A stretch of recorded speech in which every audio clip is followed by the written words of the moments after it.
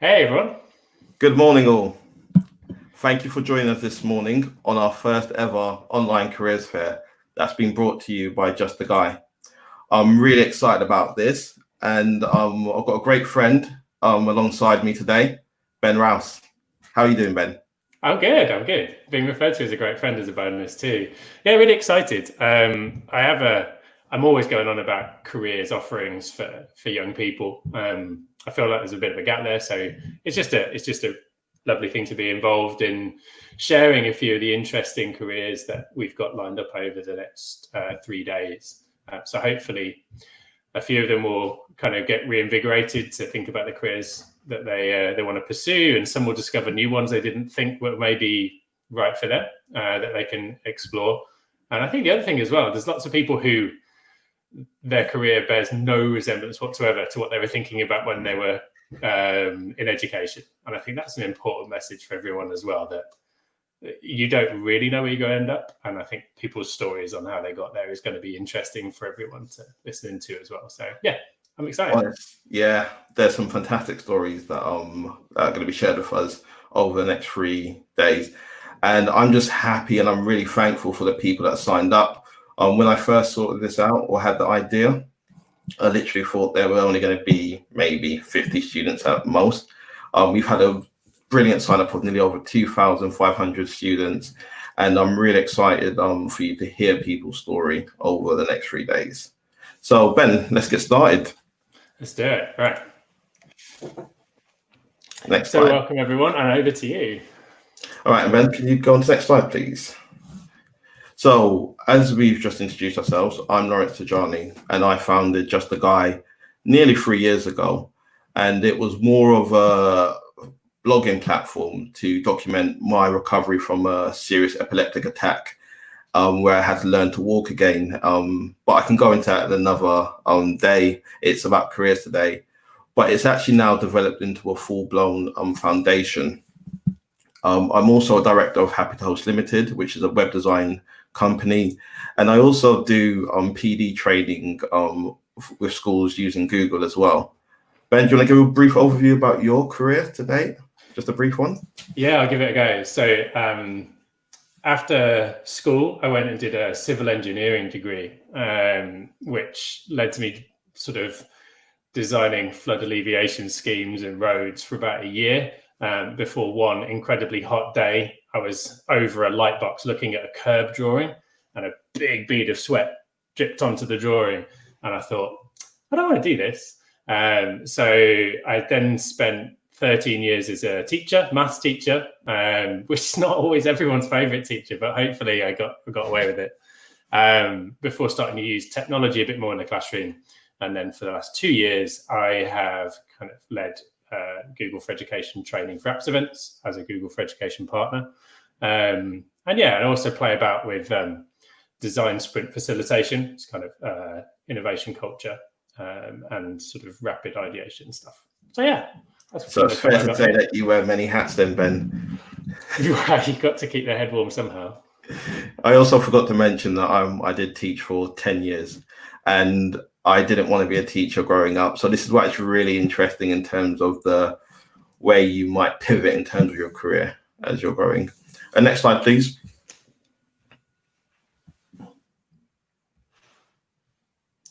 So I'm just going to give you a brief overview about Justaguy Foundation and what it is. I just think it's important for people to know how this event kind of started. So next, please.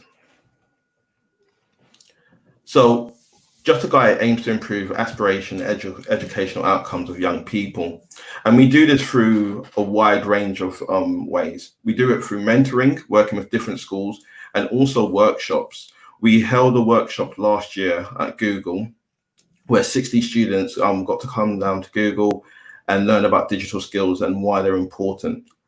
Our core belief is that young people from all backgrounds should have networks to advise and support. And this is why the careers fair is really important to me, because I feel sometimes our young people are not able to see people like them or get access to people in a variety of jobs. So we're very passionate about social mobility.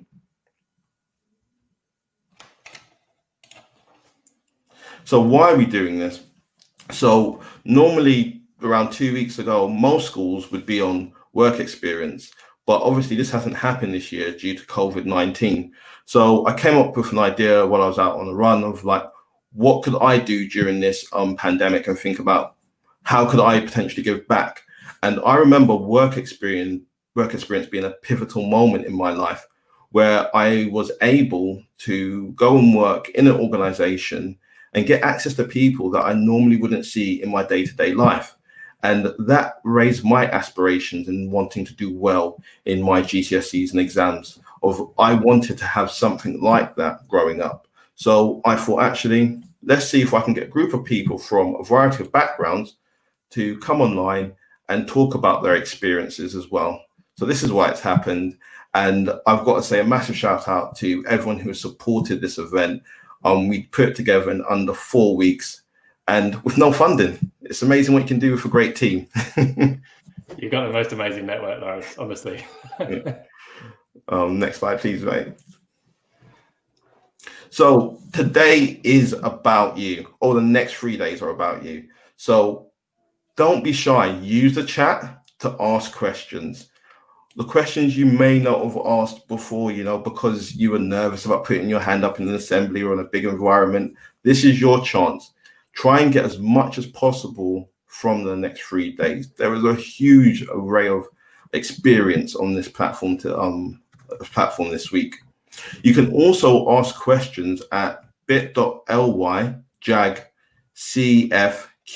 That's just in case you don't have a YouTube channel. And we will try and get these questions to our guests.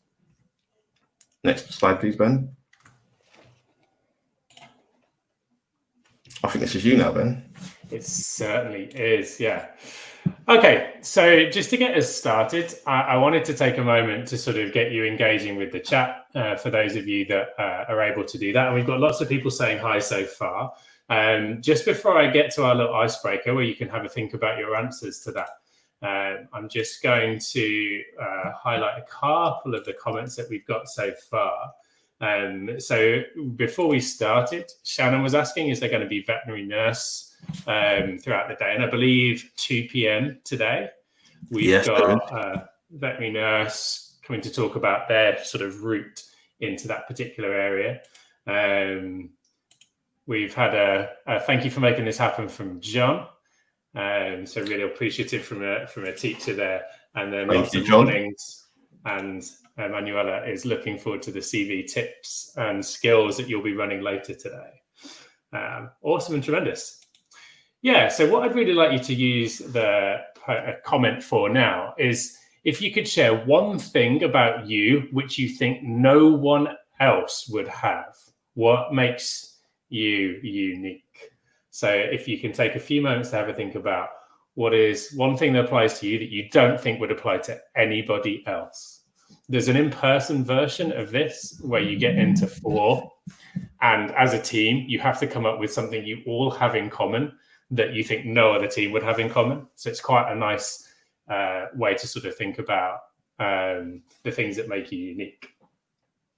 And just while you're thinking about the uniqueness, Sophie's asked if there'll be any military jobs spoken about. Unfortunately, Sophie, not on this session, but that's something we will flag up for the next one, because we're hoping that this isn't the last one, should I say. This is going to be loads more of these going on, the first of many. Yeah, and sort of as you look through the schedule and as you watch, if there is any areas that you were hoping for that we didn't manage to cover, then please let us know so we can factor that into future ones. I think a little bit of, I'm asking a group of young adults to operate earlier than they're meant to. I don't know if did you do that thing at school where you actually looked at the fact that biologically, if you're sort of 15, 16, getting started in the morning is genuinely not that easy. You're not meant to be operating that early in the morning. So in theory, secondary school shouldn't open till about 11 a.m. Yeah, I've heard about these studies, but I don't think that's going to happen, Ben. Cool. Oh, Shannon, awesome contribution. I hope you don't mind me sort of putting that one up. So Shannon sort of celebrating her uniqueness. I think that's all we can ask of everyone, isn't it? Try and be the best version of me that I can be. Absolutely. Amazing contribution. Excellent.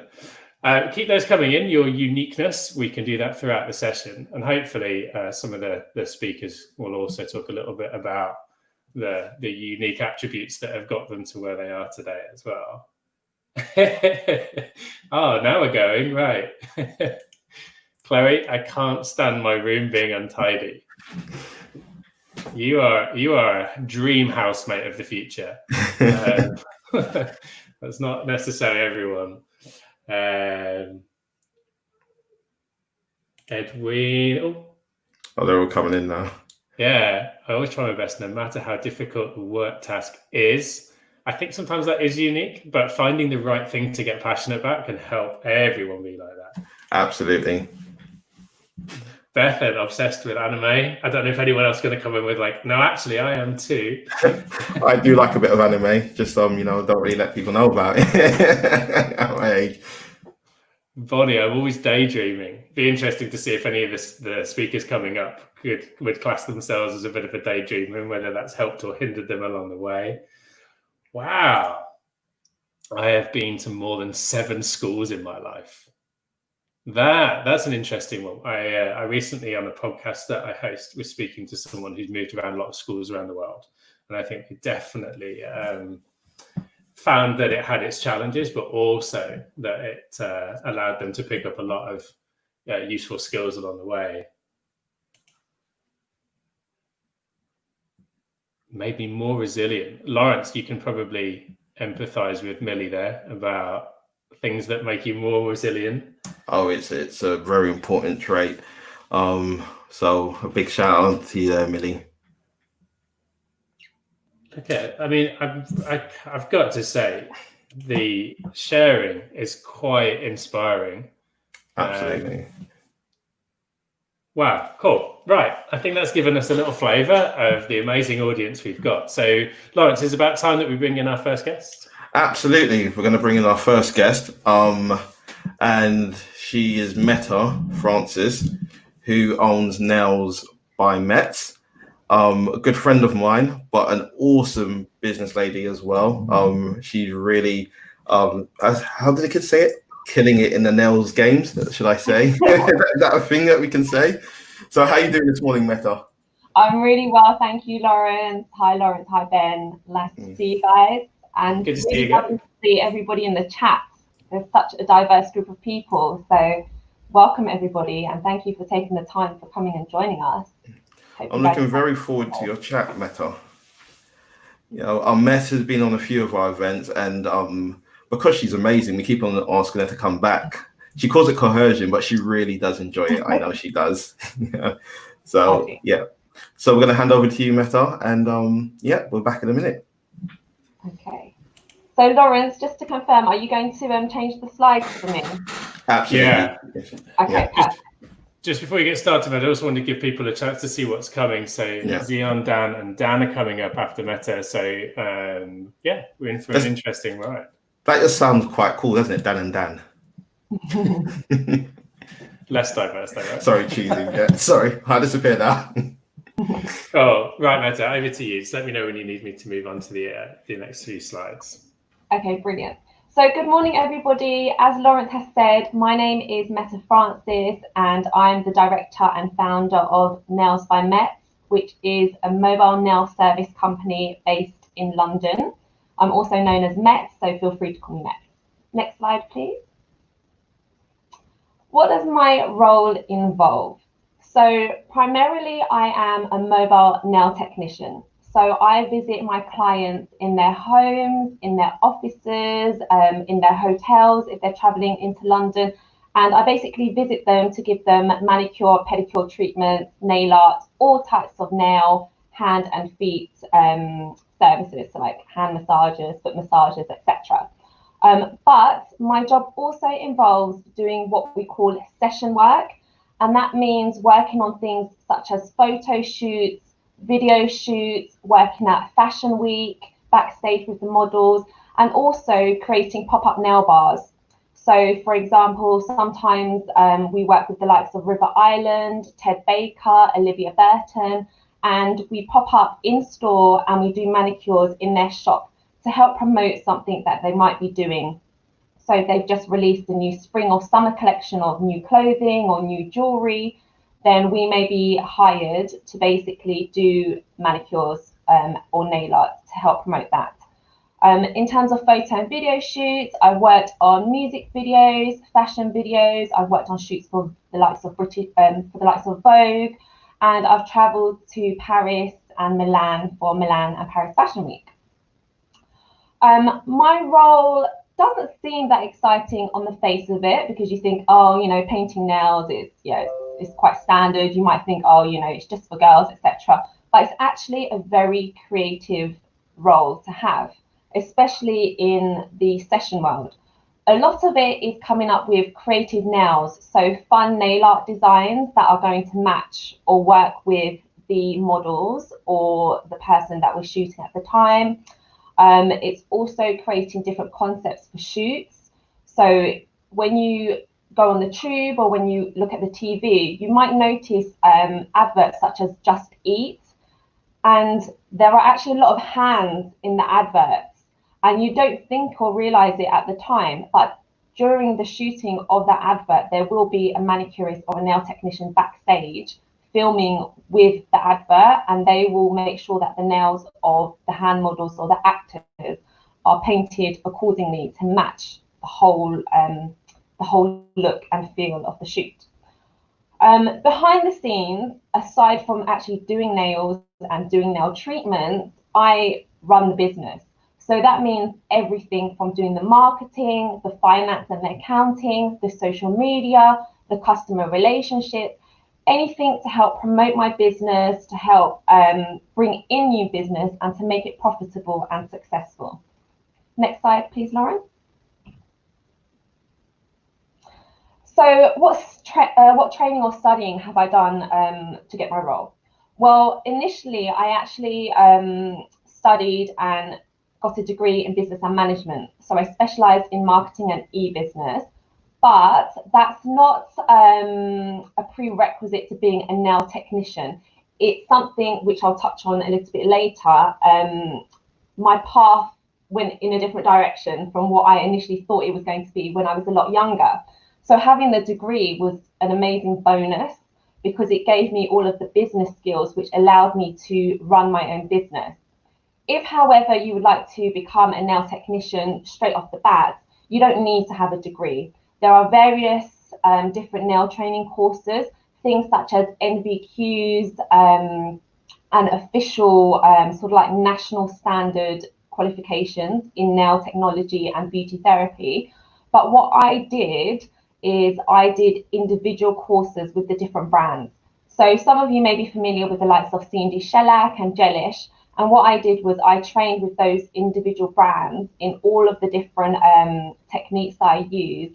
And I basically worked my way up with those brands. And that works really well if you have another job, if you want to do it alongside, because what I would do was take annual leave from my day job and then go and do the training. So there's so many different options. You can do day courses, you can do evening courses, you can do a full-time course. There's even funded courses. So if you're still a young person, which most of you are, and you do want to look into starting a career within the nail industry, there are funded NVQ certifications and qualifications that you can enroll on. And that basically means that you don't have to pay for the training, which is fantastic. Also, just as part of myself as a businesswoman, I like to continue doing training every single year, and I'm always doing like mini courses or master classes on things such as social media, advertising, press, general business, anything that's just going to help develop my skills and help give me more knowledge so that I can run my business a lot better. Where have I worked previously? So when I was younger, as soon as I turned 17 and I got my national insurance card, I ran out to get a Saturday job in a retail store. It was a shoe shop in Croydon, and I loved it. And after I had that job, I worked in a jewellery concession in Debenhams. in Wimbledon, and then also in Croydon. And basically, these were like my first taste of the working world. And I loved it because obviously I was working, I was getting money, I could finally buy things that my parents decided that they were no longer going to buy for me. And working in retail was actually really great because it gave me an insight into what customer service was like and the skills that you needed in order to, number one, sell to members of the public, but also what made a good selling experience, what made a bad experience, what worked when it came to upselling. So when I used to work in a shoe shop, we used to have to sell things like shoe protectors and insoles, etc. I'm sure you guys know if you go to like Foot Locker or JD Sports, right? They always try to sell you insoles and, you know, the sprays and things. So it was a really good way for me to learn how I could upsell all of these extra things. And that's something that has carried me out throughout my whole business career, or my whole, career. The second job that I had was straight out of graduation. So after I graduated, I started working with Hewlett Packard, and I was a technology consultant. And within my 4 or 5 years there, I was a tester, I was a project manager, I did consulting, I did a variety of different roles within the IT and corporate world. And this, you know, working for HP and post-graduation, it was a really good insight into like the big world of corporations. It was great to see how big companies operated, and it was great to be part of that. I really developed a lot. Fast forward to 2010, that's when I decided to qualify as a nail technician. I decided to train and qualify. And it was in January 2011 that I decided to launch my own business, Nails by Mets. And today I am the director for that business and also the head nail technician and nail artist. What is my proudest professional achievement to date? Well, this year in October, I will be celebrating a decade in the industry. So I'll be celebrating 10 years. And I actually skipped over this part in my last slide, but basically when I started training to be a nail technician, I was still working in my IT job. I was still I wasn't part of the graduate scheme. I'd been there for 5 years. So everything that I was doing to build up Nails by Met was alongside my job as a technology consultant. So I was basically hustling on the side, evenings, weekends, and really building my business until it was about 6 years ago that I decided to step away from that job and leave. And a big factor to that was the fact that I knew that I wanted to start having a family, etc. And with my job in IT, I was traveling a lot all across the UK. And it was amazing at first, but after a while, it really started to take its toll. I started to become a bit unhealthy because I was living out of hotels, eating in restaurants every night, which sounds amazing, but actually isn't, because you can't eat very healthily that way. And yeah, I decided to leave that job 5 years in, leave my stable salary job, leave, you know, the security of that corporate job, and basically go it alone and focus on my business, which is a huge risk and a huge gamble, but I'm really proud of that because I'm still standing today, my business is still going. You know, within the last 10 years, a lot has happened. I've won numerous awards as a mobile nailist of the year, as a nail artist of the year. I was featured earlier this year in C&D's 40th anniversary campaign as an iconic person in the nail industry. I've recently been featured in British Vogue, sharing expert nail tips. And as I mentioned before, I've travelled to the likes of Milan, Paris, and even Germany, doing pop-up nail bars for a JD Sports and Gigi Hadid collaboration. So there's so many amazing things that have happened, and I didn't want to pick one because I thought it was really important that you guys understood the journey and that, you know, there will be multiple defining and proud moments within your career. What skills are essential for this role?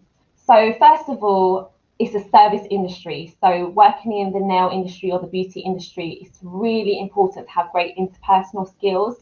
So that means, you know how to speak to your customers, you can interact with them, because even though what I do isn't as intimate as, say, you know, waxing, I'm still sitting across the table from somebody for about an hour. I'm holding their hand.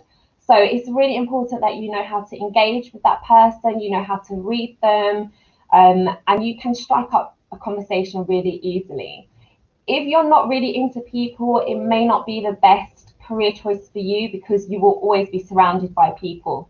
Even when I'm working on set, I'm working alongside makeup artists, hair artists, directors, runners. There's so many people around, and it's really important that you can help to build relationships with those people and get along with them. The second skill is technical skills.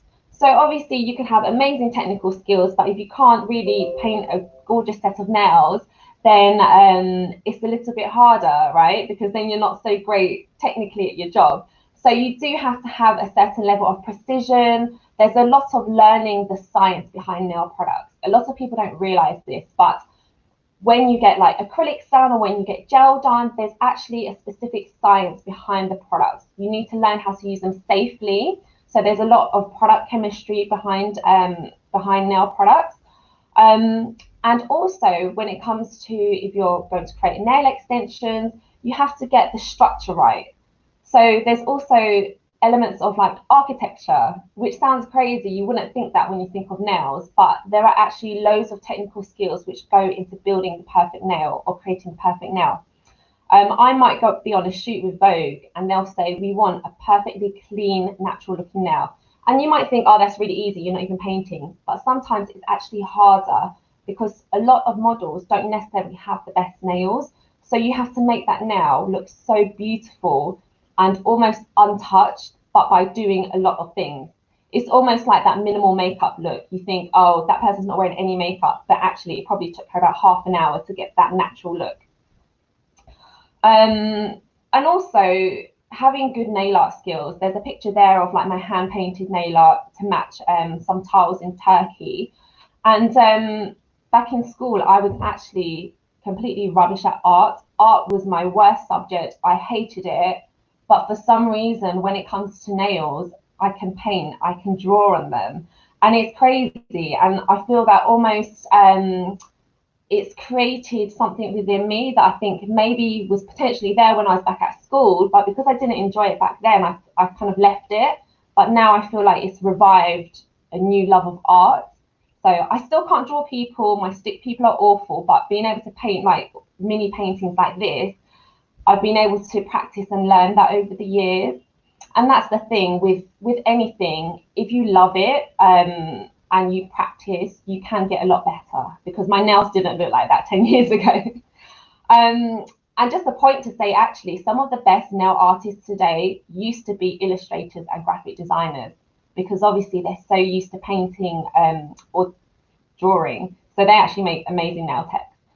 And the last skill, well, this is a really broad one, business skills.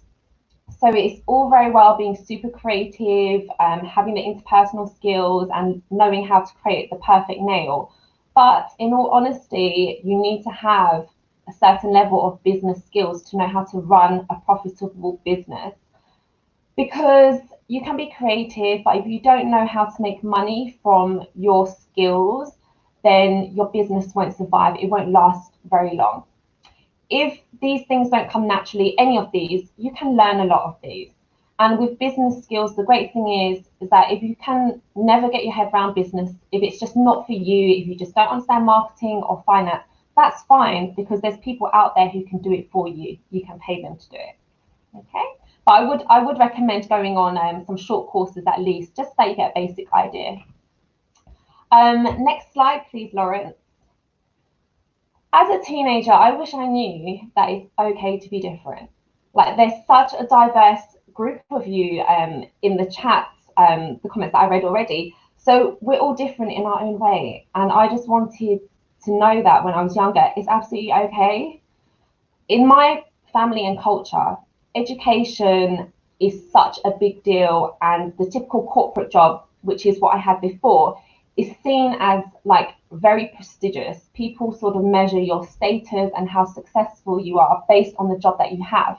So when I decided to start Nails by Met, you know, it's the beauty industry, it's doing nails. A lot of people, like in my family, didn't really understand it, or they would downplay it. They thought it was just like a hobby. And, you know, it's because I was going against the grain. I was going against something which they were not used to. But I stuck at it because I knew that it's really what I wanted to do. I knew I could be successful. I knew I could make it, you know, the best thing ever. And I did, and I proved myself. So, you know, even if you don't do what your friends are doing, if you're not doing what your culture, your family, your community usually conform to, that's fine. You can be that different person and make it work. You don't have to do what everybody else is doing. So yeah, I just wanted to let you guys all know that, because, you know, when you're younger, it's really easy to think, oh, am I doing the right thing? Like, why do I have to be so different? But it's your difference that can make all the difference. You know, you can take that and turn it into something really special. Okay, next slide, please. If you're interested in getting into the nail industry, I highly recommend that you read nail related magazines. So Nails Magazine, or Nails Mag, is based in the US, but they have like a website, they've got a really good blog, same as Scratch Magazine. And what I love about these magazines is it's super inspiring, with real life examples of hugely successful nail technicians and their journeys and paths. So I don't want you guys to think, oh, nail technicians, they just sit and work in a salon, which is absolutely fine. There are some amazing salon owners, amazing nail technicians who work in salons, but that's not the only path. You can be like me, mobile. You can work on session, which is like photo shoots, video shoots, traveling the world. You could become a celebrity nail artist. Like there's celebrity nail artists like Jenny Longsworth, who is Rihanna's personal nail technician. There's, what's her name? Oh gosh, I've forgotten now. But there's a lady who does Beyonce's nails. There's man, Tron Legend, who does like the Kardashians' nails. These people have carved their own space in the industry, and there are so many different avenues that you can take. And these magazines, Nails Mag and Scratch Magazine, really highlight the talent and the different things that people are up to. So they're really good. I've got a cover there that I actually worked on. So those are my nails on the front cover of that Scratch magazine. And also look at highereducation, because they are the hair and beauty industry authority. So they will give you advice on the specific qualifications and things like that. And if you've got any questions, contact me, because there are so many different ways into the industry. As I mentioned, you could do an MBQ, or you could do like a day course or multiple day courses. What I would say is that one day course isn't going to fully qualify you. You still need to do more training. You need to do more practice, more practical, sort of like on the job training and things like that. But there are lots of options. Next slide, please. These are my social media links. So if you do want to reach out to me, I'm mostly active on Instagram, which is just @nailsbymet. But I am also on Twitter, and the Facebook page can be found by just searching Nails by Met. So yeah, all come and follow me on Instagram. I'm mainly active on there, on the stories, on the grid, etc. So if you want any advice, that's the best place to find me. And next slide, please. So I just wanted to add that you might not know what you want to do yet, and that's absolutely fine. I didn't really know what I wanted to do. I knew at some point I wanted to start a business, but was I 15 years old thinking, oh, I'm going to start a business in nails? Absolutely not. I had no idea. And I was about, how old was I? It's about 10 years ago now. So I was about 25 when I started my business, and I had already gone to school, I'd gone to college, I'd gone to university, I had my graduate job, but it was only then, 5 years or so into that IT job, that I realized this isn't for me. And that's absolutely fine. There's no one path, and in all honesty, your journey will take a lot of ups and downs, a lot of twists and turns. Everything is a learning experience. So you're all young. What I would recommend is that do a bit of research, do work experience at different places, speak to different people in different industries if you're not sure what you want to do. If there's something that you absolutely love, so like me, I always used to personally enjoy doing my own nails, etc. You can also research into that to see whether there's a potential career prospect there. So the last few weeks, well, the last 14 weeks in lockdown, every Saturday I've been running a live, what I call Insta nail party, where I've been showing people how to do nail art, and a lot of people have been joining in and painting along with me. There's actually a 14-year-old girl who joins, and she just loves doing nails, but her nail artwork is incredible. And I just saw she posted yesterday that when she started her Instagram page and doing nails, it was just for fun, but now she's seriously considering it as a career choice. So don't worry if you don't know what you want to do yet. You know, days like today are perfect because you can have a look at other industries and ask as many questions as you want. And yeah, I would say just enjoy the process and, you know, don't feel the pressure to get it right the first time round. Okay. And that's all from me. Thank you so much, Meta. Just to sort of, obviously you're concentrating on presenting. So first of all, this came in early on when you started speaking. Chloe was very, very positive about it. Oh. Chloe also went on to sort of say she's just getting started. And I think you probably shared a load of good beginner tips in terms of sort of the happier links and things like that. So hopefully Chloe's got plenty to work on there.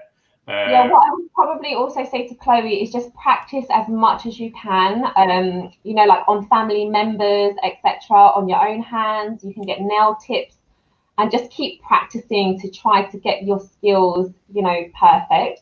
And then I would probably recommend looking into doing some sort of formal qualification to help, you know, give you that certification behind you. I certainly hope Chloe's following on all of the social media channels already as well.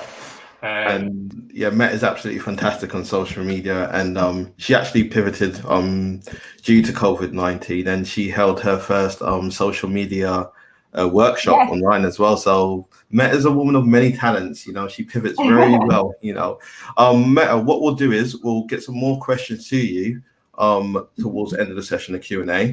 But for now, I'm going to say goodbye and a big thank you to you, Meta. Thank you for setting it off and starting it. It was fantastic. Thanks, Meta. Thank you. Thanks a lot. Okay, next person we've got coming to the stage. I feel like a really serious presenter now, Ben. To the stage is Zion Richards. He's head of A&R for Ministry of Sound, and he's also Wretch 32's manager as well. Looking very forward to hearing this talk. And thanks for being for today, Zion. Welcome, Zion. No problem at all. Feels quite formal, but yeah, I'm really looking forward to it. Cool. Sorry, go ahead. So I was going to say, I'll jump off and let you get started, but yeah, just give me a nod when you want the next slide each time. Okay. Can you send them to me as well so I can kind of cross-reference? But so my hi everyone, my name is Zion. My title, I'm the head of A&R at Ministry of Sound, which is at Sony, and I also run a company called Renowned. So we're a management company. We manage Wretch 32, manage a girl called Hamza, and previously we've worked with people like George the Poet, and just a bunch of amazing creatives. What does my role involve? So, think about A&R stands for. So essentially, you're looking for artists. So a lot of it, to be honest, is quite similar to your day, which is like going on stream for artists, songs, searching for ideas, and maybe that idea or artist is someone that is already signed, which is fine, but we're wrong. So I'd go off and try and find who was a part of that song, and maybe that writer or producer's got other songs that I might like, or maybe they've got an artist project. So it's kind of searching for an inkling of an opportunity to work with an incredible creative. And once I have kind of formalized that relationship, be it management or from a record standpoint, it's then kind of plotting out a plan. So if it's, say, Wretch, you might say, I want to release an album, and we might map that out for the next 12 months. And then we try and find a situation where he's got maybe like 2 singles building into an album. We have to think about the kind of musical journey of that, but also kind of the creative ideas around that. And that could be videos, that could be artwork, that will be from a press standpoint, what's the story, having a new biog. So that kind of sit across so many areas of the business, which is like everything you can think of from start to side. But the tough thing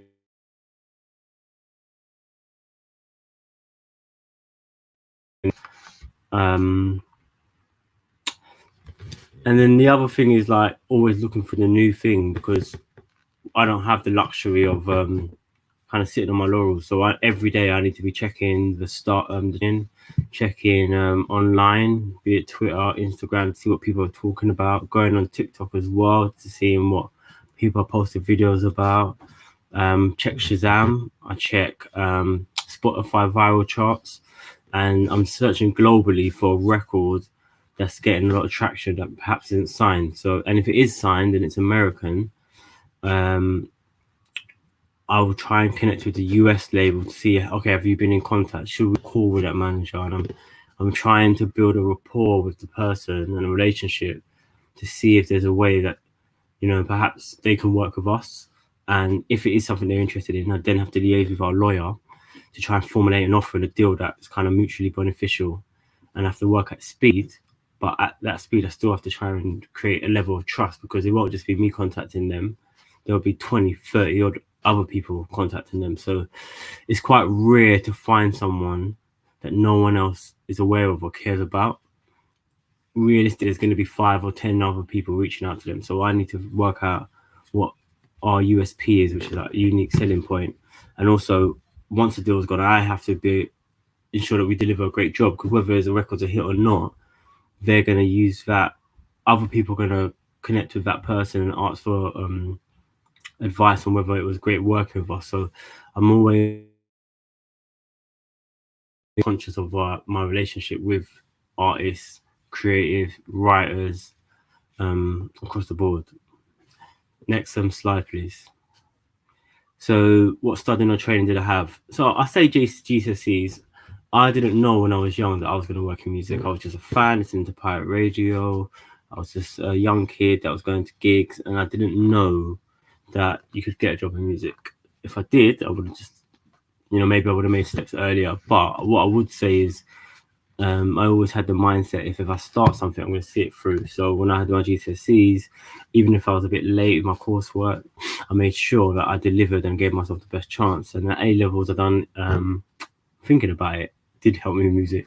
English, done law, and I done business. So I feel like they all kind of help in some respects, because business is at the core of it. I feel like law, because I have to do a lot of legal stuff and think about creative ways of doing deals. And business, I feel like English literature, because I'm very conscious on the use of words and how people link words together and what that would mean to the audience. So I feel like it has helped. My degree is not music related. It's I've done operations management and HR, but I feel like that helped me to learn how to run a team. And HR helped me to think about the happiness of a team and trying to keep it together. So it was good. I feel like the key for me was work experience. I didn't get on the job work experience. I just wanted to do music. And then I realized actually I'm good at it. But one of my friends was, and I was like, actually, I'd help him out. So helping him was the best work experience I could ever get, because I had to learn about creating our own artwork and learning about distribution, learning about marketing, learning about networking, turning up at radio stations and introducing ourselves to presenters and doing mass mail outs and just researching. So I was doing that for 8 years unpaid, just just because I was passionate. But that was the best work experience I could have ever got, because from the start, I then had to treat myself as a professional and try and be as proactive as possible. And I've done things like driving to Nottingham just in hope of meeting a particular DJ so you could put a face to a name. And I've done the same in Coventry, and amongst that allowed me to build a network. So people that would kind of do a similar thing to me now are directors of companies or doing what I'm doing, and we've got a long-standing relationship because we had a mutual relationships that are now long-standing, just because we're all kind of in and amongst the same thing. So I feel like throwing yourself into something, if you're passionate about it, rather than sitting home some days, if there's an event that's going on, go, because you'll start seeing similar faces at similar events, at similar things, and then you build up a little network. And I think it's inevitable, just by kind of nature of life, that as you all excel in your careers, you can then, collaborate and do stuff together, and it will just allow you to kick on. So yeah, I found that being the best thing that I've done. Next slide. So my career, to be honest, it's been pretty much all music. I had one job, which I say is key. I left university and I became a buyer. So I was a buyer of a software company. And what I learned in that was, and I was always just doing music, someone came and they pitched, and it really sold to me why I should be buying their product and what was great about it from my standpoint and their standpoint. And it lit a light bulb in my head that, hold on, rather than going to these meetings and sitting down and just listening, maybe I should say what I want. And I scheduled a meeting with one of the guys I was seeing at events. I worked for a record company. I said, look, you should sign this artist because, and I laid it out. And I said, this is where your company's at, this is where we're at, and I think we can drive along. And there and then I got offered a record deal. And I quit the job. I was like, okay. And I've just never looked back. And my company's 10 years old, I think next week.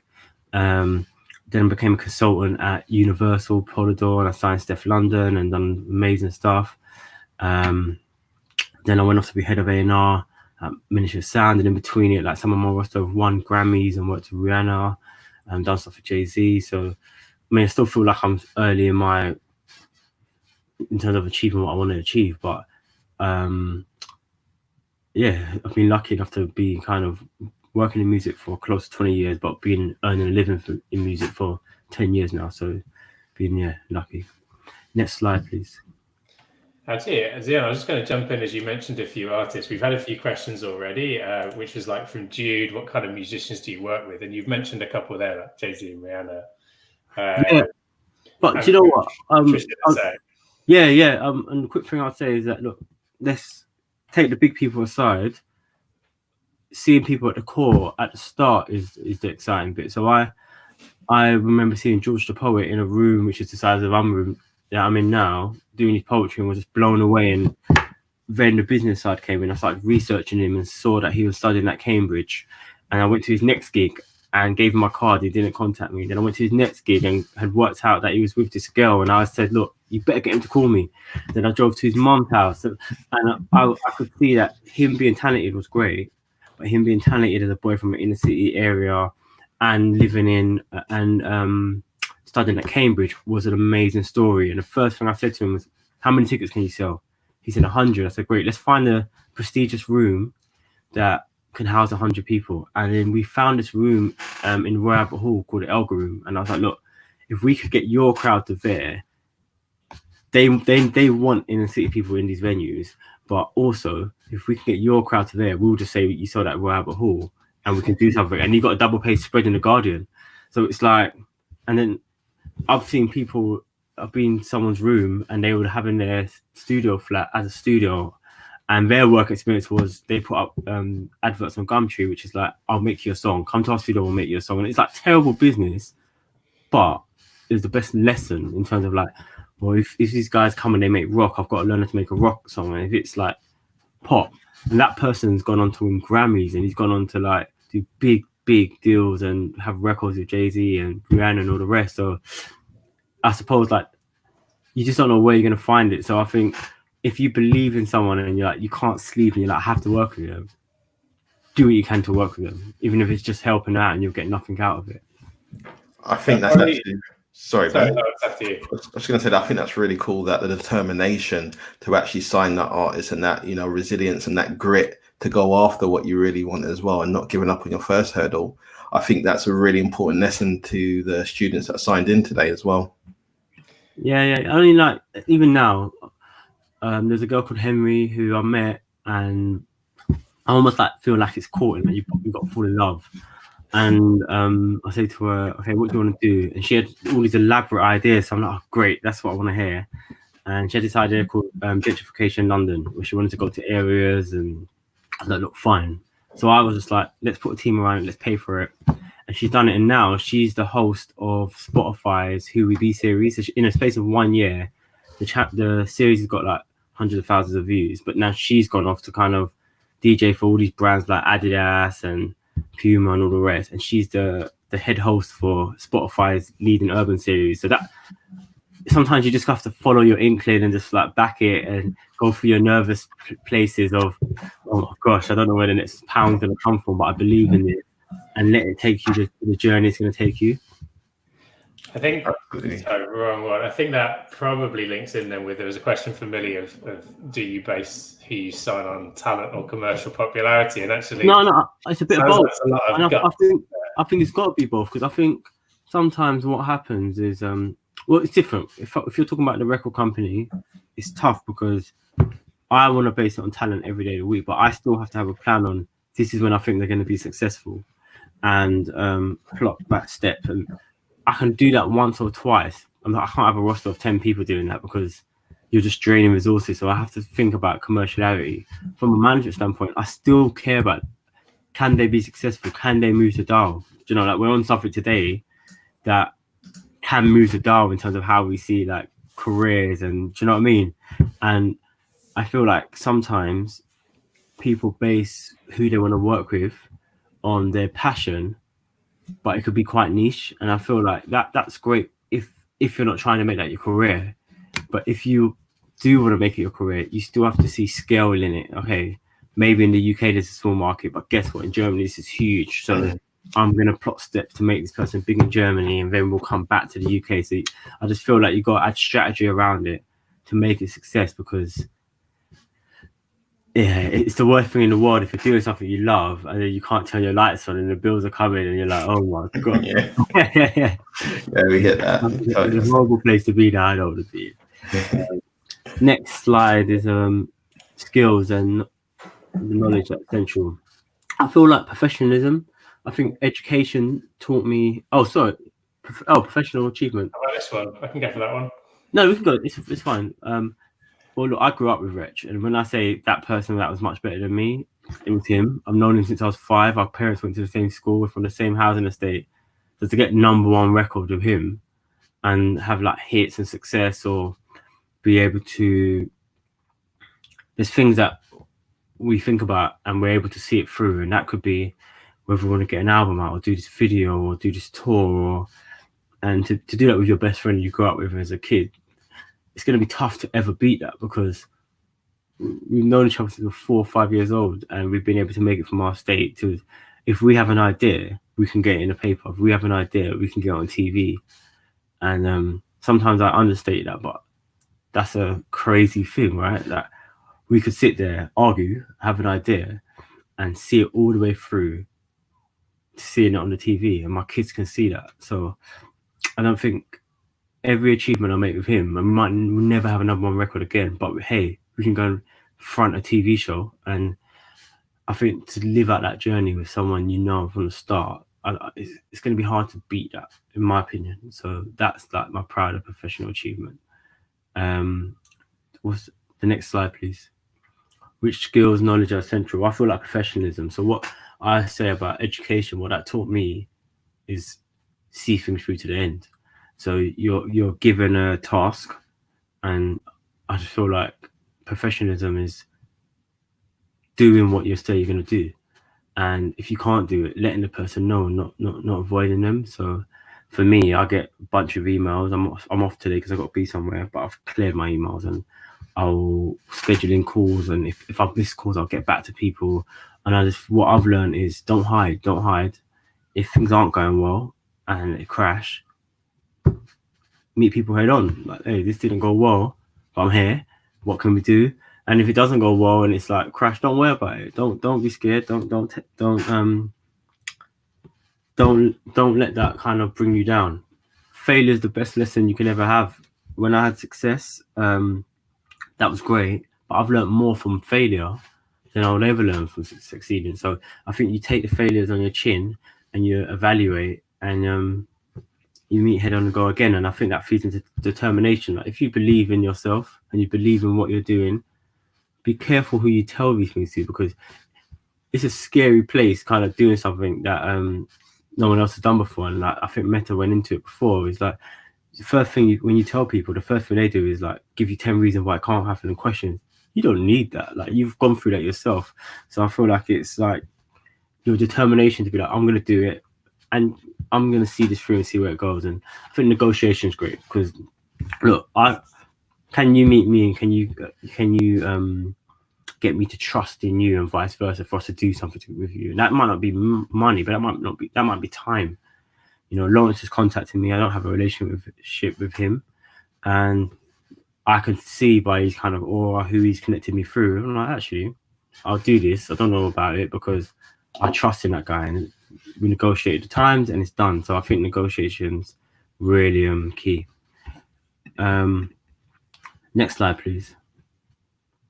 As a teenager, yeah. I mean, I wish I knew that I could just contact people. I mean, the internet wasn't around when I was really young, but it was when I was in secondary school. And I never ever researched the people that were doing stuff I loved. And I wish I just got on the train and bought someone lunch and asked them how to do their job. And I put faces to names and got myself out there. You know, you guys are studying, you're competing. You're competing against everyone in your school. You're competing against people in the country and all the rest. What puts you to the front? What pushes you to the front is being where you got to be, speaking to who you got to speak to. And if someone ever calls you that you respect for help, you could be there, drop everything and be like, hey, I'll sweep the floor here because you need it. And I just feel like always have that. I just wish I reached out to people and was like, actually, I love your event. Can I just work here for free? I love this. Can I be there for free? Because your name will start to kind of become a regular thing in your industry. And before you know it, they'll be offering you jobs. So I just wish I reached out to people. Next slide, please. I think music's a weird game. It's hard to get into if you're not in. So I think research the artist. If you believe in someone at the start and you're into something, you might be into graphics, you might be into this marketing, you might be, I don't know, reach out to someone you believe and say, hey, I'll help you out for free. Because if they become the next Stormzy and you've done their artwork, you've been a part of an iconic artist moment, suddenly you could build your roster and people reach out to you.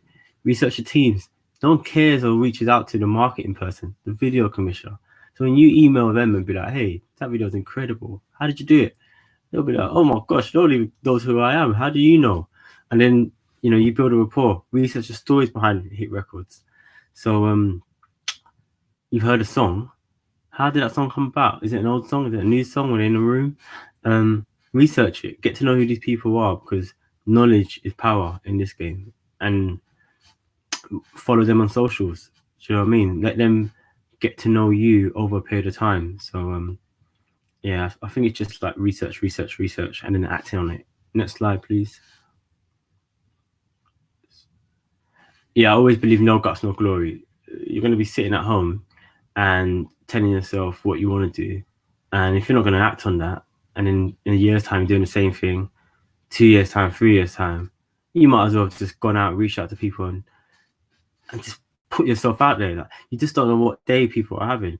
You know, if someone reached out to Lawrence or Ben today being like, do you need any help with this? Or I'm sure they would have taken it, because they'd be like, we are overwhelmed and this person could help out. And then now this is going to become successful. There'll be a pivotal part of the team you can put on your CV. I just think it's like, don't think about all the reasons why it can't happen. Stick to the reason why it's going to happen and why it's needed, and just let that keep driving you forward. So I just believe no guts, no glory. Is there any other slides? Oh, that's cool. Thank you for that, Zion.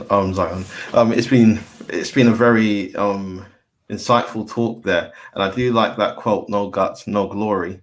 But one of the things that sticks out to me from your talk is determination, and you have an abundance of that.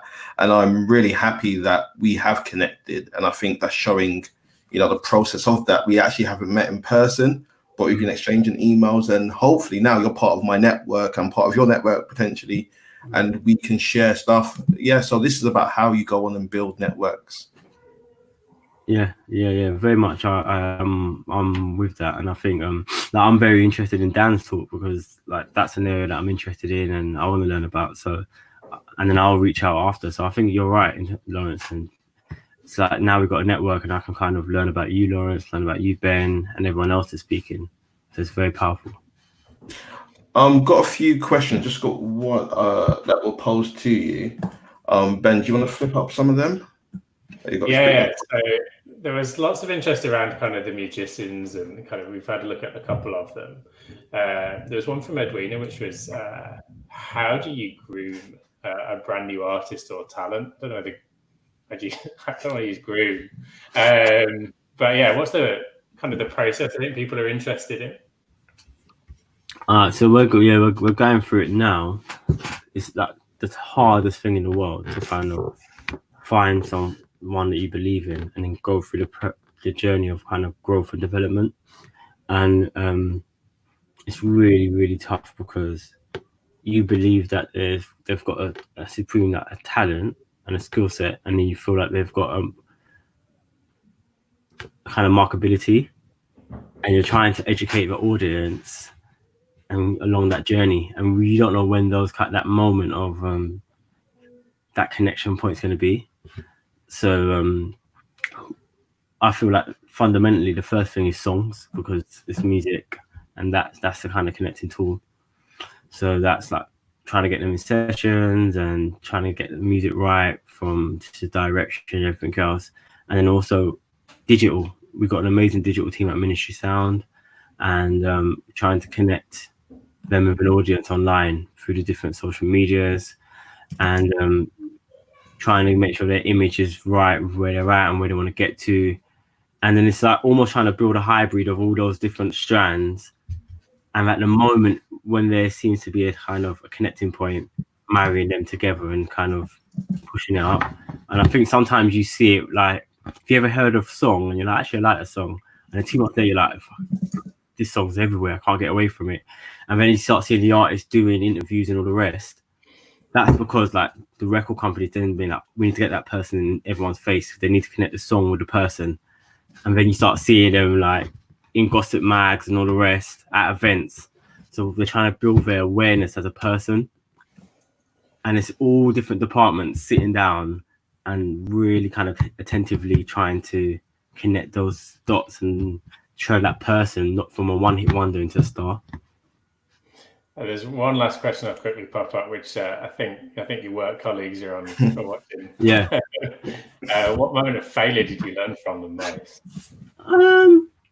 I'd say we was on a run with Retro, just having hit, and then he wanted to go with a certain record. We thought it was a good song, but it just wasn't a hit. And I think the first thing was like being a bit embarrassed, like having to learn from the use of success, and everyone goes through it. There's not an artist you listen to now that you used to listen to 10, 20 years ago.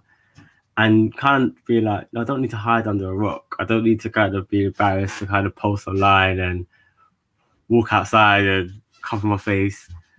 Like, failure is a part of life. We fail every day. So just accepting of it. Like, not every song's going to be successful. Not every artist is going to be successful.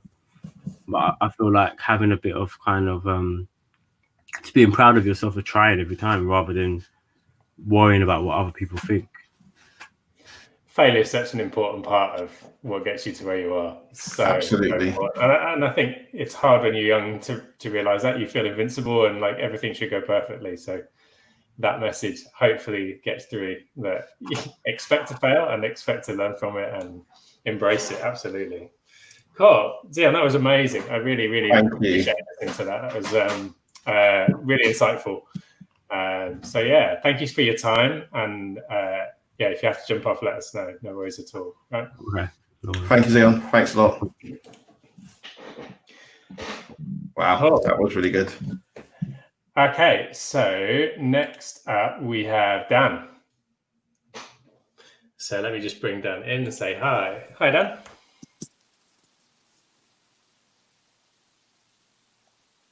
Hi, Ben. If you're handing over to me, I'm just struggling to hear you a little bit. Lawrence, could you? I can hear you for some reason. So could you just sort of let me know if it's me up? Do you want to take over, Lawrence? I can hear you. Can you hear me now? Yeah, I've got you, Lawrence. Yeah, Brilliant. I'm struggling to hear Ben. That's all. Okay, brilliant. So we've got Dan, who's a buy-to-let property mentor and investor, and I'm really intrigued about this talk. So is Zion. I think there's quite a lot of people who are intrigued about it to find out what you do and how you go about doing it. So I'm just going to hand over to you and let you take it away. Perfect. So thank you very much, Lawrence, and also Ben as well, who I can't hear at the moment, but that's fine, for inviting me on today. I really, really appreciate it.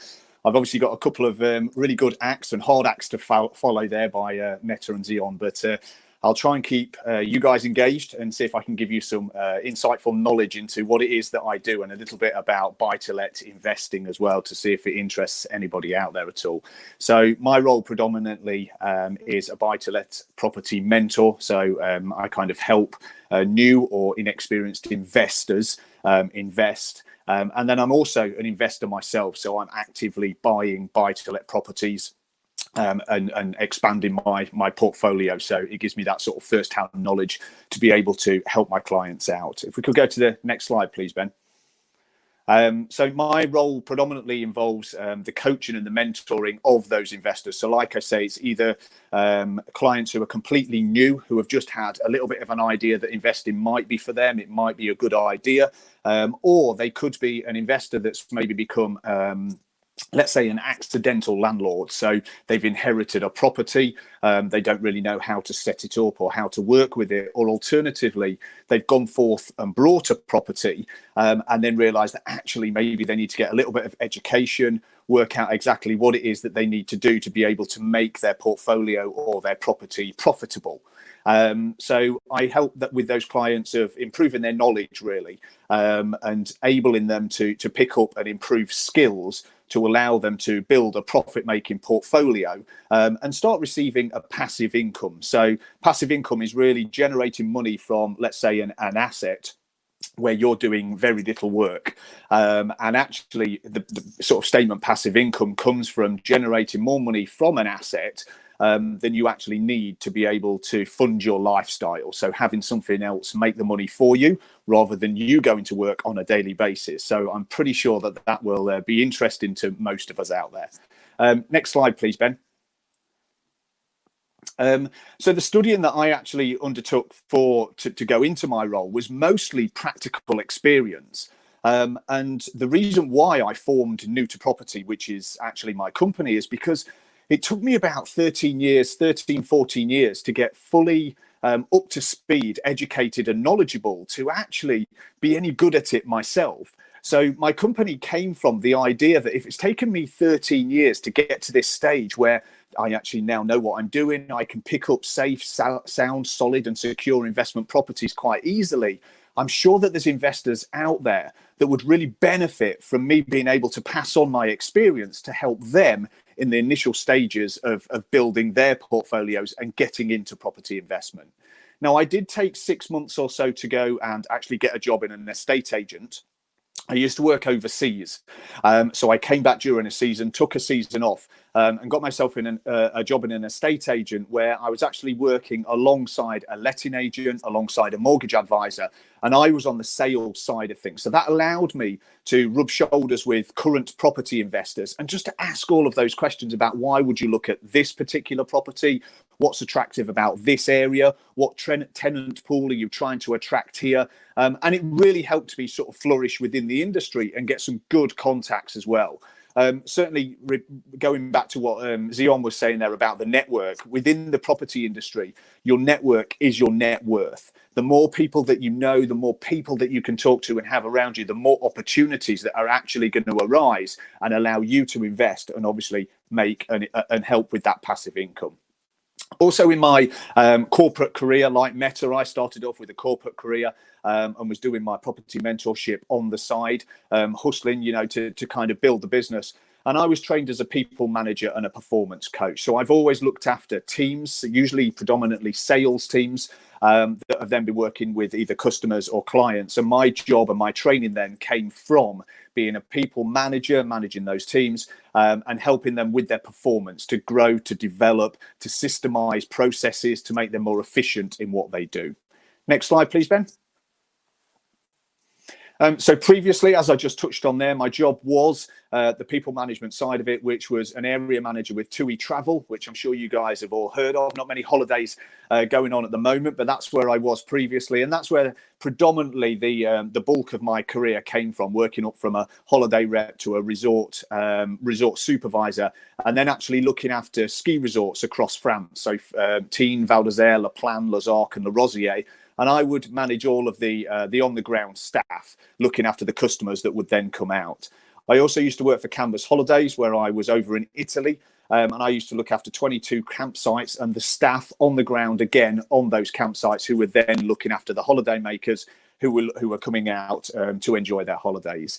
I then moved over to Expedia Group, where I managed the acquisitions team for UK and Ireland. So my team would go out and acquire hotels that were not currently listed on the Expedia websites. And then, of course, the buy-to-let, property mentor and coach, where I'm at the moment. Next slide, please, Ben. Proudest moment was just as I got into actually the mentorship and started working with clients. It wasn't long at all before I had the Property Hub contact me and do a couple of features, actually, one about 6 months after the other. But I managed to get myself into the Property Hub magazine just because of my journey of how many buy-to-let properties that I've actually got. And also what it is that I get up to sort of in my downtime or my own time to be able to sustain, keep my own property portfolio going and building on the side, while also working with those property mentors that I have at New to Property as well. Next slide, please, Ben. So the skills that I believe are essential for what it is that I do at the moment is a positive mindset. You'll always find within the property industry, and I'm sure this goes for investing in general, that there'll always be a mate down the pub or somebody that doesn't believe it's going to work, or somebody that says that, you know, you can't make money from property anymore. The buy-to-let market is dead. There's going to be a crash in the property market. Stocks and shares are going to bottom out. There'll always be that person. And finding those people to believe in you and also having that positive mindset yourself and knowing that you can actually truly make a difference is really key to striving forward and being able to perform within the industry. I believe that my people management skills and communication skills have come into it, obviously because I'm working with clients on a one-to-one basis. I also have created an online course as well. So for those that are not overly comfortable working with someone or on a one-to-one basis, or just maybe want to take the learning themselves, they can actually do it and work through the program themselves on an online course. And then also attention to detail. There is science behind buying a buy-to-let property, making sure that your property is going to attract the tenant pool that you want to attract, choosing the right area to ensure that there'll be a constant flow of tenants, making sure that property profile is going to cause, you know, not a great deal of hassle or effort or energy, because the majority of people out there actually want to be investors, sort of hands-off investors, rather than hands-on landlords. So rather than dealing with the tenants themselves, they'd prefer to pass over the management of it over to a letting agent to allow them to scale their business. Next slide, please, Ben. What do I wish I knew as a teenager? I wish I knew, and actually this is relating very much to what Meta sort of presented earlier, is that it's okay to be different. I was always struggling slightly when I was going through my education at school, at college, and then moving into, you know, jobs as a young man. And the rat race never really worked for me. The 9 to 5, having to answer somebody, working, you know, hard for somebody else, that one day when I ultimately leave, I'll be left with nothing that I've created or built for whoever I was creating it for. So that's where my sort of angle and my mind turned to, actually, well, you know, I've got that work ethic. I enjoy doing it. I've got a positive attitude, and I can really make a difference. So why don't I work on something that actually will benefit me in the future and will always stay with me? So it is slightly different. It is a little bit off the mainstream. But I would just say to myself back then, you know, it's okay to be different. and you don't have to follow the crowd or do what everybody else is doing to be successful. Next slide, please. How can you find out a little bit more about getting into the industry? Well, without over plugging myself, I think the best way is I've got a YouTube channel that is dedicated directly and solely just to investing in buy-to-let properties. So there's a number of strategies out there, from rent to rent, or HMO, which is house of multiple occupation, etc. We've got serviced accommodations at the moment, which is like the hotels where you just rent a room in a city or wherever that might be. So there's an abundance of strategies out there. But I solely focus, and my niche is buy to let, which is basically buying a property with a deposit, putting a mortgage on it, and then that home will go out there on the open market on either Zoopla or Rightmove for a family or a couple or whoever might want to stay and rent that property. And then my agent and my team around me manage it for me while I just collect that passive income that we touched on earlier. So if you do want to get into the industry, just head over to my YouTube channel. If you actually give me a like on Facebook, I just drop sort of handy hints and tips on a daily basis. But on that YouTube channel there, you'll be able to find out the fundamentals, the basics, how to get started, and what it's all about to actually see, is it for me, or is it some, is it not for me? Is it just, something that sounds good at the time? Next slide, please, Ben. And there you have it. So I'm on all the socials. So online course link is on there as well. Website's on there.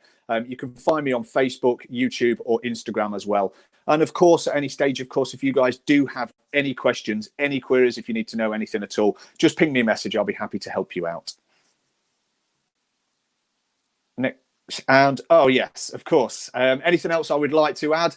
The one that falls and gets up is a step closer to the one that never fell. I'm a strong believer in trying something. If you've got an idea, if you've got a passion, if you want to give it a go, make sure you do. And you know what? As Zion mentioned earlier, there's nothing wrong with actually failing. I've set up this is my third business that I've gone to set up across my career. And this is where I knew that I had that flair to be an entrepreneur, to set up my own business and to work on my own thing. But like I say, this is my third attempt, and this is the one that's really resonated with me because it's hit home. It's something that I'm overly passionate about. I have a property portfolio. I really enjoy it, and I also enjoy working with people. But if you don't start, then you'll never make it. So you're better off starting and falling, because when you do fall, you will learn some valuable lessons to be able to pick yourself up, dust yourself off, and you'll be far more confident and competent at moving forward with whatever that next venture will be. So don't dream your life, live your dreams. Next slide, please, Ben. I think that's us. Yeah, that is everything we sort of intended to cover. I'm really interested by that. There's a couple Sorry, Ben, I can't hear you. Lawrence, do you want to take it? Yeah, thank you. That was really interesting, Dan.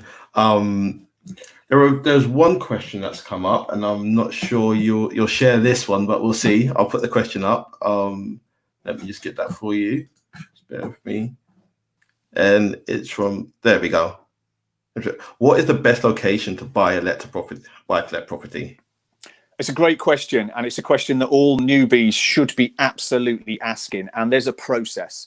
So I would look at the fundamentals within an area. So there are a number of areas around the UK that would be ideal and fantastic for buying a buy-to-let property. But what we just need to make sure is two things. So we would look on both sides of the coin. The first one being that the property is ideal for who we're looking to let it to. So what sort of tenant pool are we looking? Do we want a family? Are we trying to attract students? Are we looking for young professionals? So the perfect property needs to be found. And then on the other side of the coin are the numbers. So obviously, as a buy-to-let investor, you need to be making money from your buy-to-let portfolio. So we would look at the cost of that property, the purchase price of it, versus the rental amount we can make from that property, and see what that works out at. So I work off return on investment, so ROI, and I would just take a calculation of what the property amount costs me versus the rent that I'm generating. What does it leave me in the middle? And then does that make that area attractive to me at this time? Or do I potentially then need to move to another area where properties are potentially either cheaper or rents are higher? Brilliant. Thank you for that, Dan. We're going to ask you some more questions. So we're going to say goodbye to you for now. and then we'll have you back on the panel because there are a few more questions that are coming in as well. But thank you for that insightful presentation. Thanks again. You're welcome.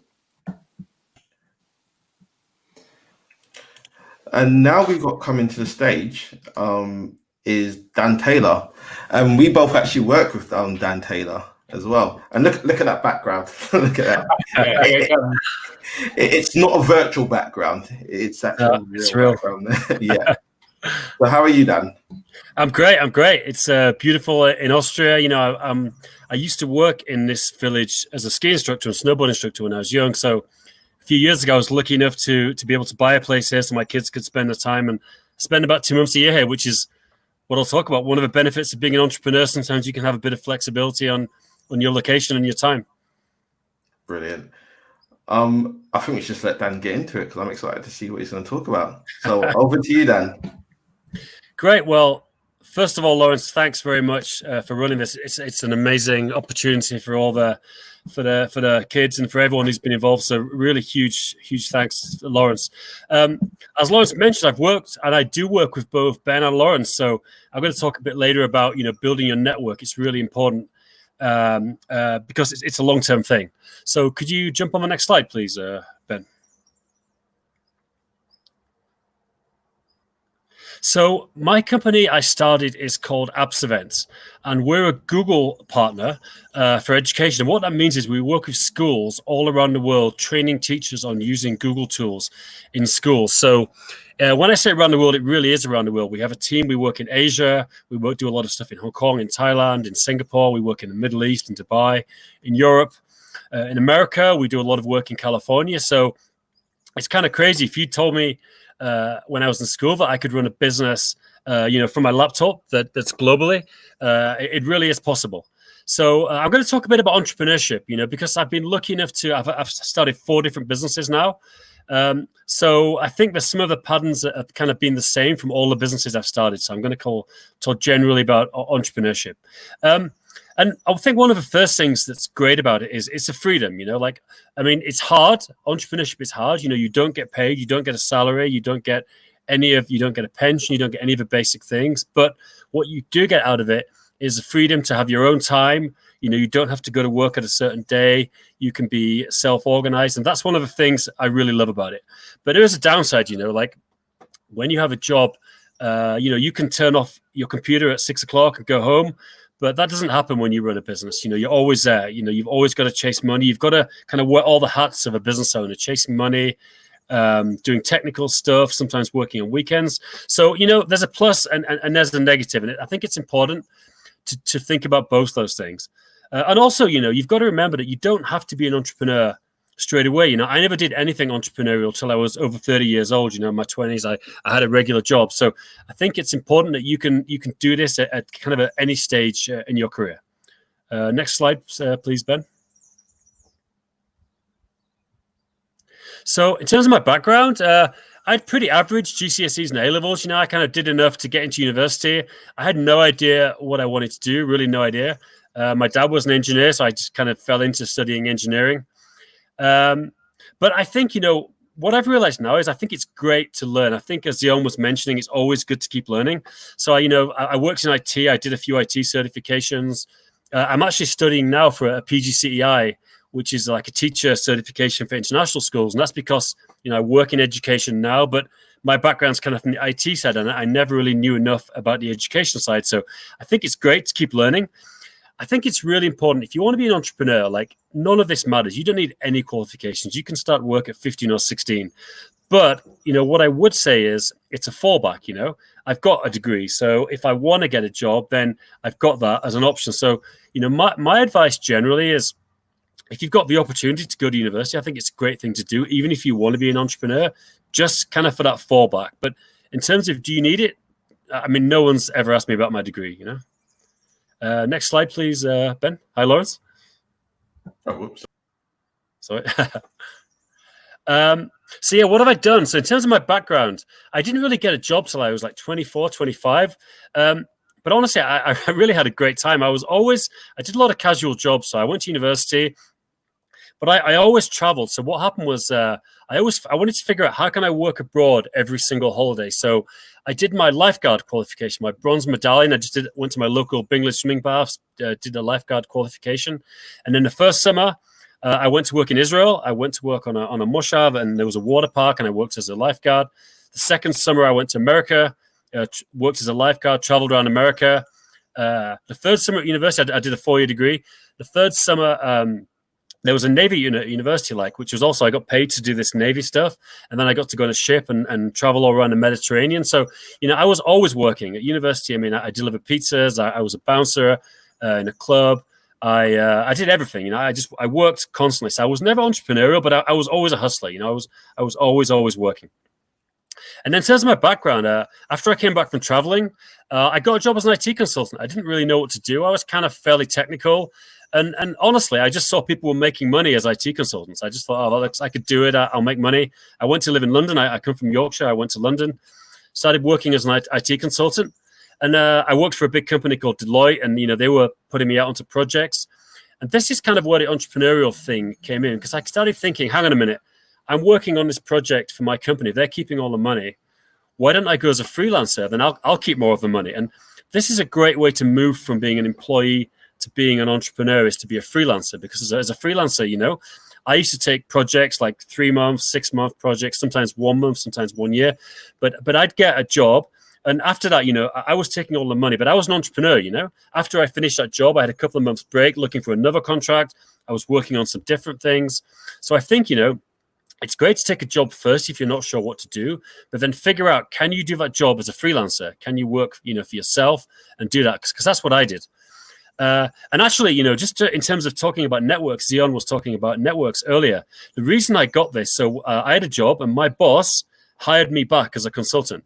So, that was all about my network. And he actually hired me again 2 years later, and I've worked with him again since. So I was a consultant, but that's kind of like a halfway house between being an employee and being an entrepreneur. The next thing I was doing was how can I grow this as a consultant? And I was thinking, well, I'm an IT guy. I know the customers. I know friends who want to be IT guys. Why don't I start being a recruitment agent and placing these guys who I know, these guys and girls, into companies? So then I started being a freelancer. I'd work myself as a contract, but at the same time, I'd be finding work for other people. And I was hustling, placing people. Sometimes they worked through my company. Sometimes they were permanent, and I took a finder's fee. So I started this agency.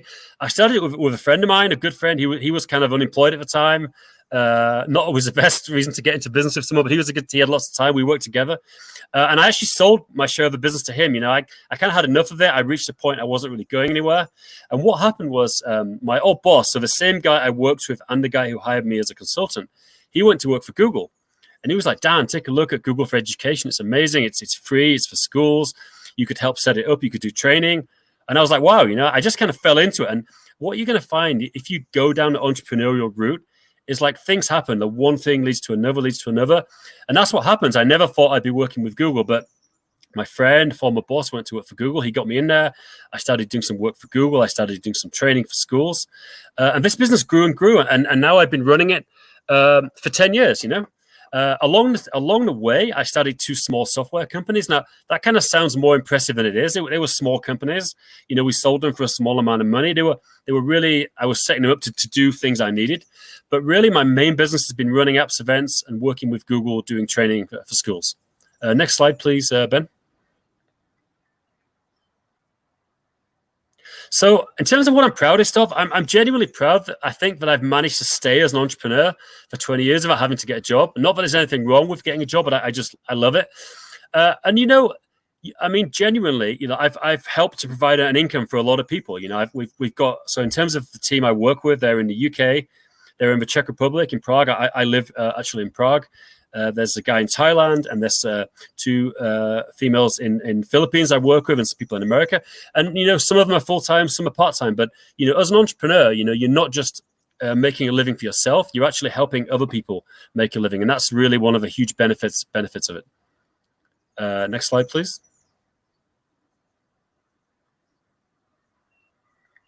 So what skill? There's so many skills. Everything Dan said is true. Everything Zion said is true.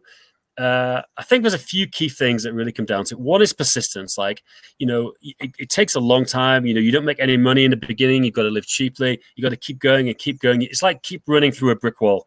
So persistence is really, really important. And that's kind of also the third point here, dealing with uncertainty.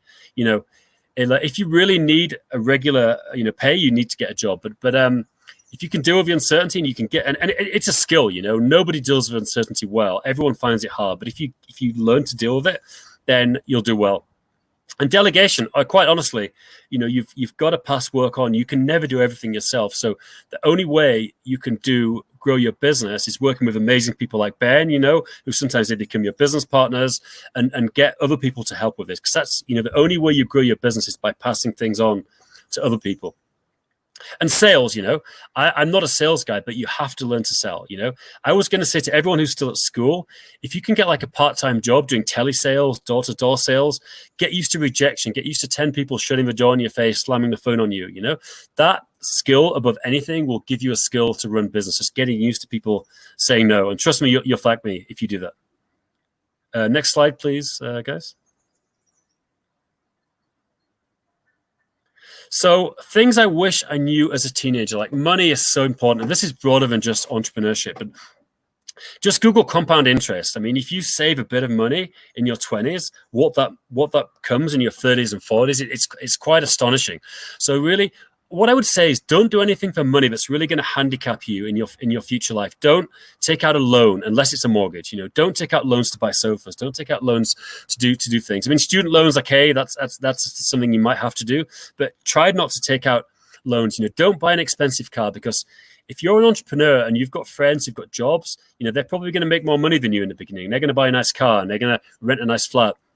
Live with your parents if you can. Don't buy a nice car. Wait until you can afford it. And then another rule, a really, really interesting rule that I learned, is that it's called the 80-20 rule. You should read about this. And I got it from a book called The 4-Hour Workweek by Tim Ferriss, which you should also read.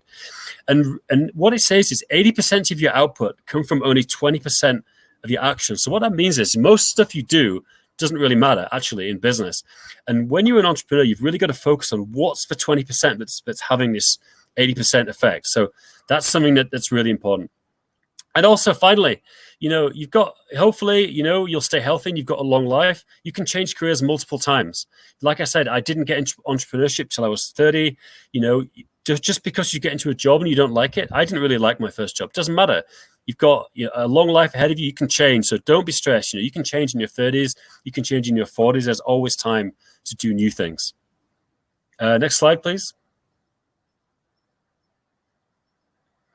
So 2 books, 4-Hour Workweek. This is an amazing book. Add a note in the comments if you've read this book. It's by a guy called Tim Ferriss. And, it doesn't mean you're going to work 4 hours a week. That would be amazing. But what it does is it helps you try and systemize your business, because everything's a process. And if you make things a process, you don't have to always work hard on them. You can recruit team members in different countries. You can collaborate with different people. So read this book. If you want to be a business owner, this is the one book I'd recommend. A second one, Rich Dad Poor Dad. I think Lawrence I was talking to about this book. I think he's also read it. It's about a guy grows up in Hawaii, and he's got his rich dad, who's his friend's dad, actually, who advises him about business, and his poor dad, who's his real dad. And it really helps you think about money, because money's so important. If you spend too much money, you really can't survive as an entrepreneur. I said YouTube gurus. I mean, the thing is, I love Gary Vaynerchuk. I use all this kind of this hustle stuff. I love it. But, and I'm not saying it's bad, because some of those guys really are amazing, but most of the people who are really millionaires and billionaires and doing amazing business, they're not on YouTube, So like I think Dan and Zane both mentioned, look for mentors, look for people who can give you advice. Connect on LinkedIn. Like, you should all open a LinkedIn account. It's business-like, okay? It's not as fun as Facebook, but that's what everyone is. And people are really, really open to connecting with you. So, really make an effort to connect. Next slide, please, Ben. So social media, LinkedIn, please add me. If you've got any questions, I'll jump on a call. I'll introduce you to people. Just mention you saw this this career fair from Lawrence. So LinkedIn, I think if you're going to do one thing today that from this, please set up a LinkedIn account if you don't have one. The earlier you do it, it's a business networking tool, and it's 100% business. It's not business and social. It's all business. And I think it doesn't matter what career you want to go into, it will really help. I'm on Twitter because I work in education, and everybody's on Twitter. I don't really like it, quite honestly. I don't like it at all, but I'm on there because it's what everybody else is. Next slide, please, Ben.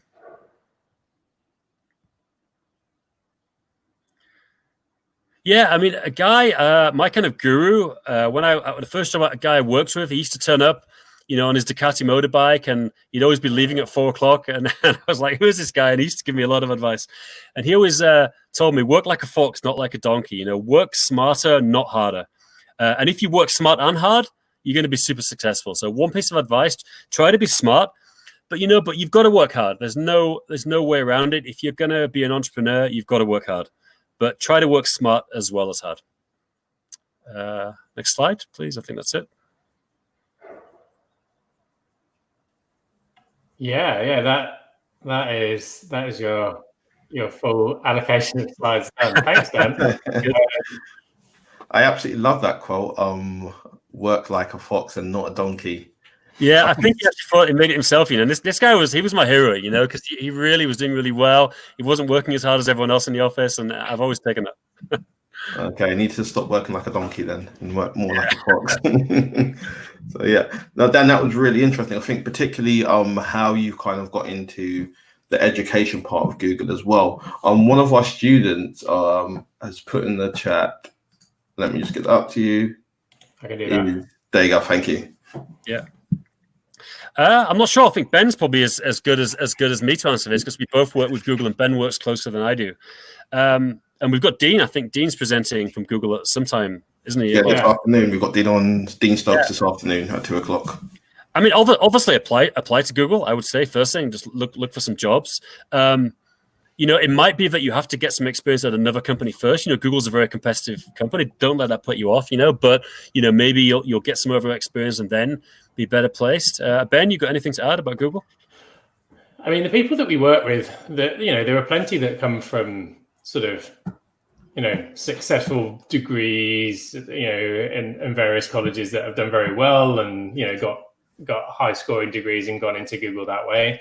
But then we've also got people that we've worked with who've just shown a lot of ability with the work that we've done with Google and have been in the right place at the right time to get jobs that come up. So there's a lot of different ways in, and Dean will probably talk about that a little bit more this afternoon.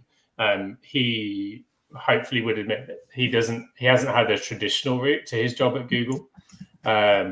So I think a lot of his was just, I think a few speakers have said it already, just putting in a bit of time and effort. And Zion said it a lot about go and put in the time for free initially, and then people see your worth. They start offering to sort of pay for that.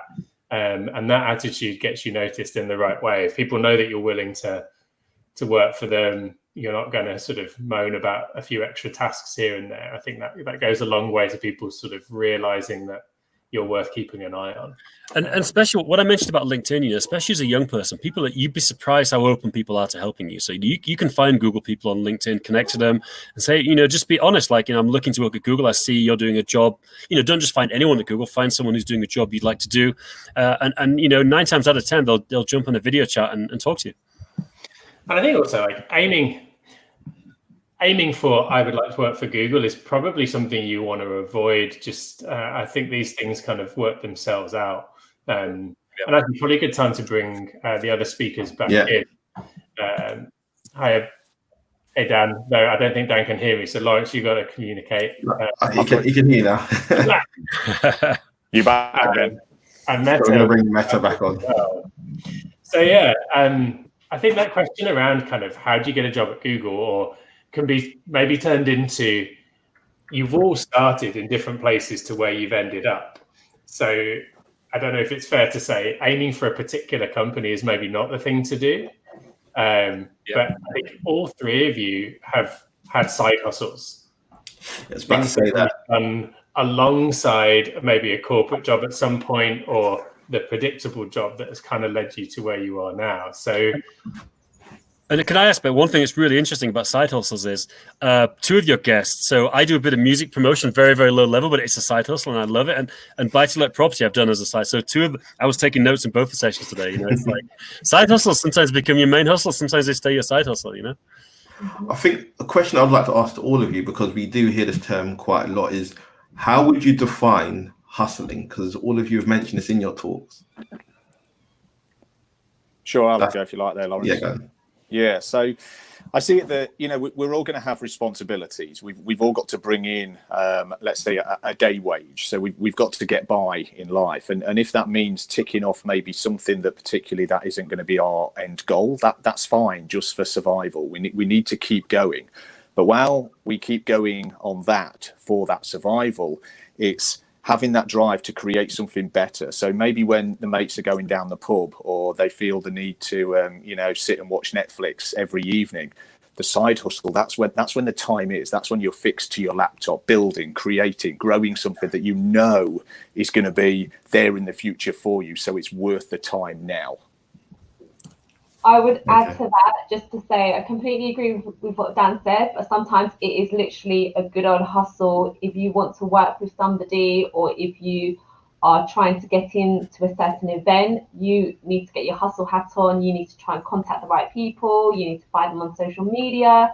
You need to be like, look, I want to work at this event. I want to be your preferred nail supplier, or I want to work on this shoot, and just trying to sell yourself and hustle that way as well. Yeah. Anything you'd like to add to that, Dan? No, I mean, I think, you know, hustle to me is like, I mean, I'm not always a hard worker, but I've always been a hustler. Like at university, I always figured out how could I travel and make money, you know? So I knew I couldn't afford to go to Israel or America in the summer, but I knew if I got a job there, I could stay there.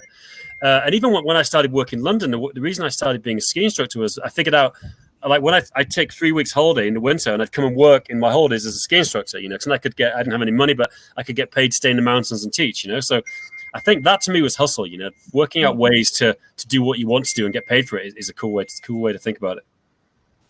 Brilliant. There was this general question from Bonnie. I know about Dan, you answered it as well in the chat, but I just want to put this up as well because I think it appeals to everyone. So, do you have any advice on balancing your craft creativity with organization and business? Do you use any systems for organizing tasks? It's a really good question. So I like to use Trello, which actually I think, Lawrence, you were the one who introduced me to Trello. Yeah, brilliant. Really good way of organizing every task that you have got to do. And I like to use the urgent important matrix. So that categorizes everything into very urgent, very important, important but not urgent, not important, not urgent, or not important and urgent. So it just helps me see what I really need to do straight away, and I'll do all the urgent and important things, you know, as soon as. But then I also like to schedule time in to get creative, because with what I do, sometimes, you know, I like to be in the zone for like a few hours working on different sorts of designs and things like that. I think it's really important to make sure you've got that creative time specifically in your diary. Brilliant. Anyone else? Certainly for me, what Dan touched on actually resonated with me is where he, you know, talked about outsourcing or passing on tasks to other people. Now, a good example, actually, I'm writing a book at the moment and I've just finished it. Now, I'm no writer and I'm certainly no book editor, that's for sure. So it would take me, you know, hours of time to be able to try and either learn how to do it or work through it myself. Whereas actually just paying somebody else, I can then focus my skills or what I'm really good at in another area while somebody, you know, leveraging somebody else to do that work for me, which really helps out. And tools to be able to do that. I don't know if you guys have heard of maybe Fiverr, where you can just jump on and pretty much get anybody to do anything for you, which is a really good tool for entrepreneurs out there and people that want to get something done that maybe they're not the expert actually in. On that, actually, Dan, sorry, Dan. I was just going to say, your property business came from realizing that you had a load of knowledge that took you a while to acquire, and you could share that with other people. So that's the other thing as well, I think, for young people out there, like those those sort of bedroom video editors and music makers who've picked up the ability to do all of that just off their own back, that's a marketable set of skills that they can take as well, in the same way you have with, well, it took me ages to learn about property, let me go and help other people sort of avoid spending that long on it. Yeah, for sure, absolutely. And I get quite a few comments as well with, you know, my properties, my videos sort of on YouTube, and the work that I do is quite raw. Like I don't need to fluff it up. It's very sort of basic and just to the point, which people seem to resonate with. Now that comes from me sitting in a bedroom and producing a video, which, you know, everybody on this call now has got those tools. We can all do it. We can all sit on a phone and create a video if we've got that skill or that knowledge, etc. So just get out there, just try it, and you know, if you fail, you fail, but at least you've tried. Yeah, exactly. I like that as well. Dan, you was going to say something beforehand. Yeah, just had that. Fiverr's great. Yeah, delegating and outsourcing is the key. There's also a website called Upwork, UPWORK, which is great for finding contractors to do things, to do individual tasks. Like I host 2 podcasts, and all I literally do is record the interview, and I make a Google Doc. I put a link to the video, and then one of our team edits it. They add the graphics. They upload it to YouTube and to all the different podcast services. And actually, that's a full-time team member now we have. But in the beginning, I was just using contractors. So that's really a good way. And I posted in the chat, one thing I try to do is Monday and Tuesday, all the kind of admin business stuff, the stuff I don't want to do, I force myself to do it. So, I mean, I used to do it at the end of the week, but I was always thinking, oh God, Friday, I've got to do this. Now I try to do it at the beginning of the week, get it over with in the first 2 days, and then try to do more kind of things I want to do in the rest of the week. I can see us all nodding there about the admin tasks and getting them out of the way on Mondays and Tuesdays. There's no easy way to do it, you know? Like if you can delegate it, great. If you can't delegate it, try to systemize it. And if you can't systemize it, just pick a time and just do it. I now know why I get contacted so much on Mondays and Tuesdays. Exactly. Guys, I'm going to start to round it up here because there's another session at 12 o'clock. And but I want to say it's been absolutely fantastic. Thank you for giving up your time and volunteering for this. Loads of information for myself, let alone the kids who are signed into this as well. Guys, their Twitters and their LinkedIn and Instagram is in the chat as well. So please do go and give these guys a follow. They're absolutely amazing. And just want to say a big thank you to you guys. I just want to see if there's anything you want to say and sign off before we do leave. Just thank you for having us, and to everybody that's watching, good luck on your journeys. It's really exciting to see what comes of you guys. You're the next generation. And we've got some thanks as well, just going on in the chat, people saying thank you. They have found it really interesting.